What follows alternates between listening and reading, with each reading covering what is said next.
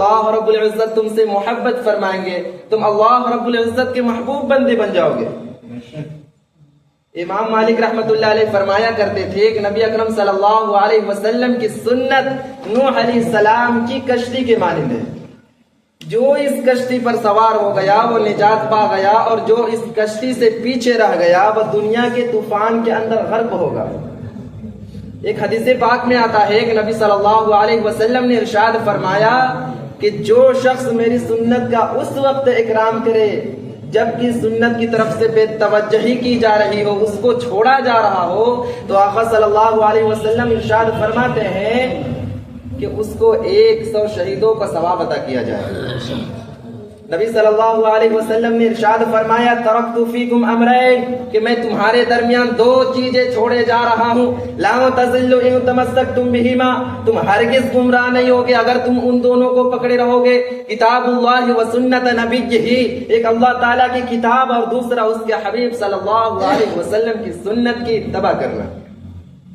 اس لیے ہمیں چاہیے کہ ہم نبی صلی اللہ علیہ وسلم کی سنت کی پیروی کریں، ہم اپنے ظاہر کو نبی صلی اللہ علیہ وسلم کے طریقے سے مزین کریں اور اپنے باطن کو اللہ رب العزت کے معرفت سے منور کریں۔ عام طور پر اگر کوئی نمونہ ہو تو اس کو اپنانا آسان ہوتا ہے۔ اللہ رب العزت نے اپنے حبیب صلی اللہ علیہ وسلم کو بھیج کر اتمام حجت فرما دی کہ میرے بندو، میرے حبیب صلی اللہ علیہ وسلم تمہارے درمیان زندگی گزار چکے، اب ان کی ایک ایک بات محفوظ ہے، تم ہر عمل اگر ان کے طریقے کے مطابق کر لو گے تو قیامت کے دن تم میری نگاہ میں پیارے ہوگے، محبوب ہوگے۔ اس لیے کہ ان المحب لمن يحب مطیع، محب جس سے محبت کرتا ہے تو اس کا مطیع ہوتا ہے۔ تو تم اگر میرے نبی صلی اللہ علیہ وسلم سے، میرے حبیب صلی اللہ علیہ وسلم سے محبت کے دعوے دار ہو تو تمہیں چاہیے کہ تم ان کی سنت کی پیروی کرو۔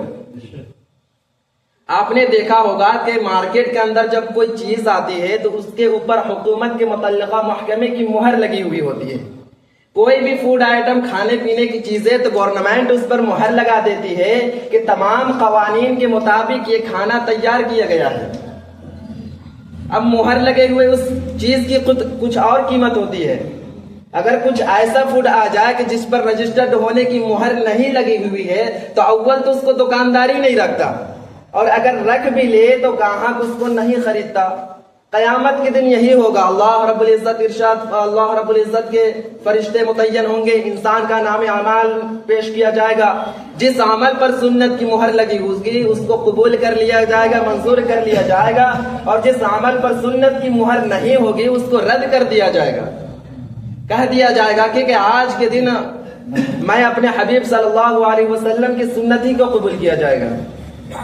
آپ اگر درزی کے پاس جائیں کہ یہ میرا ایک کپڑا ہے، کرتا ہے، مجھے اس کے مطابق ایک اور کرتا بنا کے دے دے، تو آپ جب وصول کرنے جاتے ہیں تو پہلے کرتے کے بالکل مطابق اس کی پیمائش دیکھتے ہیں، لمبائی بھی، چوڑائی بھی، ڈیزائن بھی۔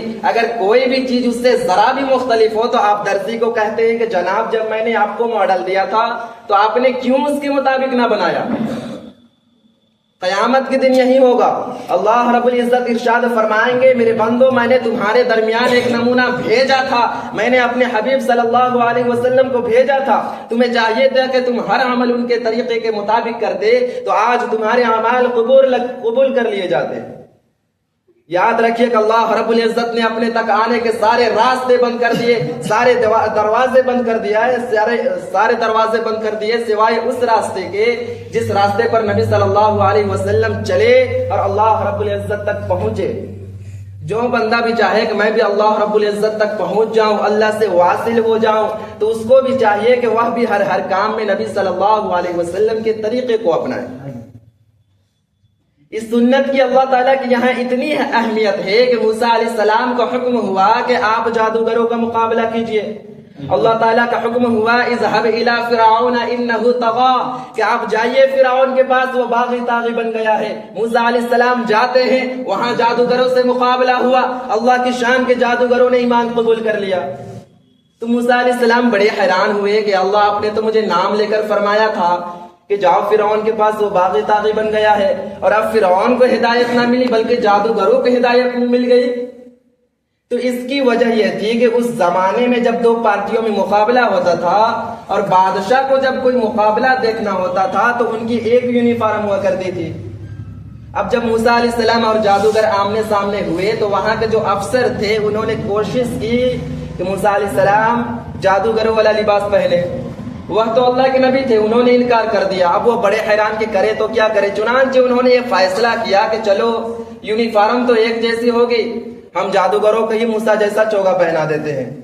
چنانچہ انہوں نے موسیٰ علیہ السلام جیسے کپڑے پہنا دیے. اب جب موسیٰ علیہ السلام نے پوچھا کہ اے میرے اللہ, فرعون کو ہدایت نہ ملی بلکہ جادوگروں کو ہدایت مل گئی, تو اللہ کریم نے فرمایا کہ اے میرے پیارے موسیٰ, جب میں ہدایت کا فیصلے کرنے لگا تو میری رحمت نے اس چیز کو زیادہ پسند کیا کہ میں پہلے ان کو ہدایت دوں جو میرے ایک نبی سے مشابہت رکھتے ہیں. اب سوچئے کہ وہ جادوگر جو اپنے شوق سے نہیں بلکہ مجبور ہو کر مشابہت اختیار کرتے ہیں, اللہ تعالیٰ کو ان کی بھی مشابہت پسند آتی ہے. تو جو بندہ اپنے شوق سے, محبت سے, چاہت سے اور لگن سے نبی صلی اللہ علیہ وسلم کے طریقے کو اپنائے گا تو سوچئے وہ انسان اللہ رب العزت کی نظر میں کتنا پیارا لگے گا, کتنا محبوب لگے گا. چنانچہ صحابہ رضی اللہ تعالیٰ عنہم کا زندگیوں کو آپ پڑھ کر دیکھ لیجئے, ان میں اتنی سنت کی اتباع تھی کہ باہر سے آنے والوں کو پوچھنا پڑتا تھا من منکم محمد, تم میں سے محمد کون ہے. چنانچہ سیدنا ابو بکر صدیق رضی اللہ تعالی عنہ اور نبی صلی اللہ علیہ وسلم جب غار حرا سے آئے تو اس وقت جب مدینہ پہنچے تو مدینہ کے لوگ یہ نہیں پہچان سک رہے تھے کہ ان میں آقا کون ہے, غلام کون ہے, ان میں اللہ کے نبی کون ہے اور ان کی اتباع کرنے والے کون ہیں. تو اس قدر مصابہت اختیار کرتے تھے. ہمارے سلف صالحین کی زندگیوں کو آپ پڑھ کر دیکھ لیجئے, آپ کو یہ مزاج ان میں مشترک نظر آئے گا.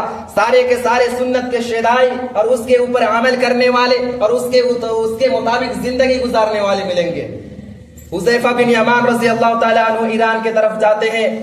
اب وہاں پہ دسترخوان کھاتے ہیں, دسترخوان میں کھانا کھاتے ہوئے لقمہ گر گیا. اب سنت یہ ہے کہ اگر دسترخوان پہ لقمہ گر جائے تو اٹھا کے کھا لو, پاک صاف ہوتا ہے. چنانچہ انہوں نے کھا لیا تو قریب والے نے کہا جناب یہاں کے عمرہ موجود ہے اور یہ اس چیز کو اچھا نہیں سمجھتے, یہ معیوب سمجھتے ہیں. تو خدیجۃ الکبریٰ تو حذیفہ بن یمان رضی اللہ تعالیٰ عنہ نے جواب دیا, عاشقانہ جواب دیا. فرمایا اترک سنت حبیبی لہؤلاء الحمقاء, کہ ان احمقوں کے خاطر میں اپنے آقا صلی اللہ علیہ وسلم کی سنتوں کو چھوڑ دوں. اس سے پتہ چلتا ہے کہ صحابہ کی نظر میں نبی صلی اللہ علیہ وسلم کی سنت کی کیا قیمت ہوا کرتی تھی. جنید بغدادی رحمت اللہ علیہ کے پاس ایک سالک آیا, 9-10 سال رہا. ایک دن کہنے لگا حضرت میں جاتا ہوں. پوچھا کیوں جاتے ہو؟ کہنے لگا تو میں تو اس لیے آیا تھا کہ میں تو کچھ کرامت دیکھتا اور میں نے تو ان 10 سالوں میں کوئی کرامت نہیں دیکھی. تو جنید بغدادی رحمت اللہ علیہ نے فرمایا کہ تم یہ بتاؤ کہ تو نے ان 10 سالوں میں کوئی عمل سنت کے خلاف دیکھا؟ وہ کہنے لگا کہ سنت کے خلاف تو کوئی عمل نہیں دیکھا. تو جنید بغدادی رحمت اللہ علیہ نے فرمایا کہ یہ سب کرامتوں سے بڑی کرامت ہے کہ انسان اپنی زندگی کو بے اختیار سنت کے مطابق گزارنے والا بن جائے. ہمارا ہر عمل ایسا ہو کہ نبی صلی اللہ علیہ وسلم کے سنت کے مطابق ہو. شفاعت النبی صلی اللہ علیہ وسلم فی اہل الذنوب یوم القیامہ, یہ حدیث میں نے پہلے بھی سنائی تھی کہ قیامت کے دن نبی صلی اللہ علیہ وسلم کو اللہ رب العزت نے یہ اختیار دیا کہ اے میرے حبیب, ہم آپ کی آدھی امت کے گناہوں کو معاف کر کے جنت دے دوں گا, یا پھر آپ جن کی شفاعت کریں گے ان کو بھیجوں گا. نبی صلی اللہ علیہ وسلم نے ارشاد فرمایا کہ میں نے شفاعت کو پسند کر لیا. میری شفاعت سے آدھی سے زیادہ امت جو گناہگار لوگ ہوں گے اللہ تعالیٰ ان کو جنت عطا فرما دیں گے. ایک صحابی رضی اللہ تعالیٰ عنہ پوچھے کہ اللہ کے حبیب صلی اللہ علیہ وسلم, آپ کو بھی ہر نبی علیہ السلام کو اللہ تعالیٰ نے ایک ایسی دعا مانگنے کا اختیار دیا کہ جیسی دعا مانگے گے منوعن قبول کر لی جائے گی. تو سب انبیاء علیہ السلام نے دعا مانگی. ایک صحابی رضی اللہ تعالیٰ عنہ نے پوچھا کہ اللہ کے حبیب صلی اللہ علیہ وسلم آپ کو بھی اختیار ملا؟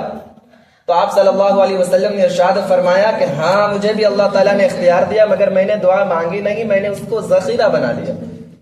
قیامت کے دن جب میری امت کا حساب ہو رہا ہوگا اس وقت میں وہ دعا مانگوں گا اور اس وقت تک جنت میں نہیں جاؤں گا جب تک میری آخری امتی بھی جنت میں نہیں داخل ہو جائے. اللہ اکبر. لہٰذا ہمیں چاہیے کہ ہم سنتوں کی پابندی کریں.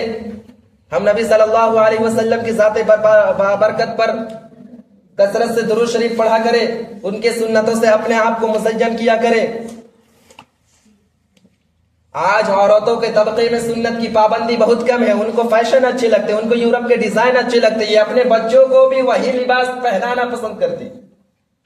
چھوٹے چھوٹے بچوں کو اللہ کا نام سکھانے کے بجائے انگریزی کا لفظ سکھاتی ہے, اور اگر بچہ انگریزی کا لفظ بول پڑے تو ایسا خوش ہوتی ہے کہ جیسے میں نے بڑا میدان سر کر لیا. گھروں کے اندر دیکھو تو رسم و رواج کی زندگی ہے, سنت کا شوق بہت کم ہو گیا. خوش نصیب عورتیں ہوں گی جو اپنے گھروں کو سنت کا گلشن بناتی ہے, اپنے بچوں کو سنت لباس سے سجاتی ہے, اپنے بچوں کو سنت کی تعلیم دیتی ہے, اپنے بچوں کو سونے سے پہلے سونے کی دعا سکھاتی ہے. یہ کام آج بہت کم عورتیں کرتی ہیں, جس کی وجہ سے قیامت کے دن نبی صلی اللہ علیہ وسلم کی شفاعت ملنا مشکل ہوگا. نبی صلی اللہ علیہ وسلم ارشاد فرمائیں گے تم غیروں کے طریقے پسند کرتی تھی, تمہیں گفتار ان کے پسند, طریقے ان کے پسند, میرے طریقے تو تجھے اچھے ہی نہیں لگتے تھے, آج میں تیری کیا شفاعت کروں. اس دن احساس ہوگا کہ جن سے ہمیں وفا کرنی تھی ہم دنیا میں ان سے جفا کر بیٹھے. آج کے دور میں مادی سہولیات کی انتہا ہے, کھانے میں اتنی قسمیں کی گننی مشکل ہو جاتی, پینے کے لیے اتنا جوس ہے کہ انسان حیران ہو جاتا ہے. مکانات دیکھو تو محل کے مانند, سواریاں دیکھو تو کاریں ایک سے بڑھ کر ایک, بجلی کی نعمت, پنکھے کی نعمت, سفر کرنے کے لیے ریل گاڑی, جہاز, ٹیلی فون کی سہولت, تو کتنی سہولتیں زندگی میں آ گئی, مگر انسان کی زندگی میں سکون پیدا نہ ہوا. اس کی وجہ یہ ہے کہ ان چیزوں سے سکون نہیں ملتا. سکون اللہ رب العزت کی یاد سے ملتا ہے, سکون نیکوکاری کرنے سے ملتا ہے. اس لیے آج دیکھیں گے کہ آج دو لفظ بہت کثرت سے استعمال ہونے لگے ہیں, ایک ہے ڈپریشن اور دوسرا ہے ٹینشن. یہ دونوں انگریزی کے لفظ ہیں, ہماری اردو زبان میں اس کا کوئی ہم معنی لفظ ہی نہیں. تو پتہ چلتا ہے کہ ہمارے بزرگوں کی زندگیوں میں یہ دونوں بیماریاں نہیں تھی, اگر ہوتی تو انہوں نے اس کے لیے کوئی نام تجویز کر دیا ہوتا. جب یہ انگریزی زبان سے الفاظ چلے تو ہماری زبان میں اسی طرح منتقل ہو گئے. تو ڈپریشن اور ٹینشن یہ خارجی چیزیں ہیں جو باہر سے آئی ہے, اور یہ ان لوگوں کو ہوتی ہے جو اللہ رب العزت سے غفلت بھری زندگی گزارتے ہیں. ورنہ جس بندے کی نیکی والی زندگی ہو اس کو ڈپریشن اور ٹینشن سے کوئی کام ہی نہیں. آج ہر بندہ چاہتا ہے کہ میں لگوٹ باندھ کر میدان میں اتروں اور پریشانیوں کو ختم کر دوں, مگر ایک پریشانی ختم نہیں ہوتی ہے کہ دوسری آ جاتی ہے, دوسری ختم نہیں ہوتی ہے کہ تیسری آ جاتی ہے.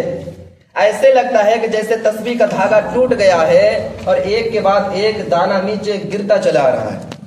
اسی لیے کسی نے کیا خوب کہا ہے کہ نہ دنیا سے, نہ دولت سے, نہ گھر آباد کرنے سے تسلی دل کو ہوتی ہے خدا کو یاد کرنے سے. کتنی تسکین ہے وابستہ تیرے نام کے ساتھ, نیند کانٹوں پہ بھی آ جاتی ہے آرام کے ساتھ. جس بندے کی نیکی والی زندگی ہو اس کو کہیں بھی آرام مل جاتا ہے, اور جس بندے کی نافرمانی والی زندگی ہو, ہم نے دیکھا کہ اس کے پاس محلات تو ہے, روٹی اور بوٹی تو ہے, مگر ان کی زندگیوں میں سکون نہیں ہے. اللہ رب العزت نے ارشاد فرمایا الا بذکر اللہ تطمئن القلوب, کہ جان لو اللہ تعالیٰ کی یاد کے ساتھ دلوں کا اطمینان وابستہ ہے.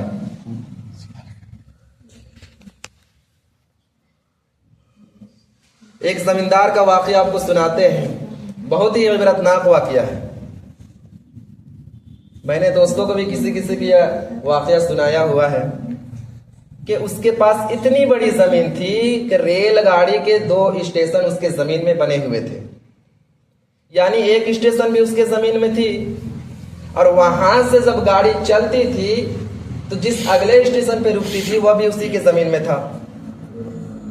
ہزاروں ایکڑ اس کے پاس کاشتکاری زمین تھے. ایک دن وہ اپنے دوستوں کے ساتھ شہر کے چوک پہ کھڑا تھا اور باتیں کر رہا تھا.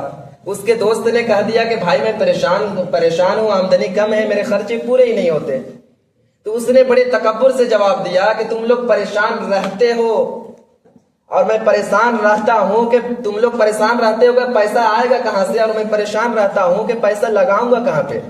پھر اس نے کہا کہ میری تو 40 نسلوں کو بھی پیسوں کی کوئی فکر نہیں۔